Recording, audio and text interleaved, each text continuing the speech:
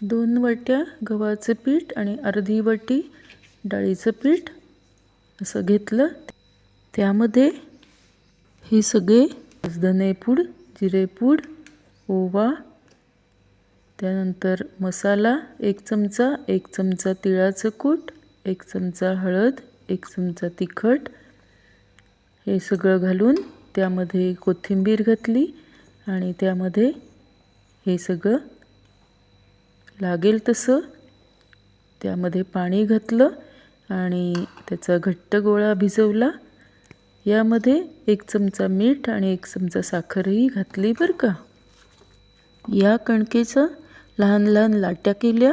त्यातली एक लाटी लगेचच लाटायला घेतली, त्याला थोडंसं पीठ लावून घेतलं आणि ते पुन्हा लाटलं अशा पद्धतीने।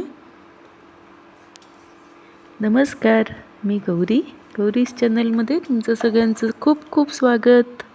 अशा पद्धतीने प्रत्येक लाटी लाटून घेतली आणि त्यावरती गरम गरम एक एक थेपल्यावरती छान तूप घेऊन त्याबरोबर तुम्ही लोणचं चटणीही घेऊ शकता। अशा पद्धतीने सगळी थेपली लाटून घेतली। अगदी मार्केटसारखी ही थेपली होतात। कोथिंबिरीची ही थेपली कशी वाटली? चॅनलला नक्की सबस्क्राईब करा, म्हणजे यासारखे छान छान व्हिडिओज तुमच्यापर्यंत नक्की पोहोचतील।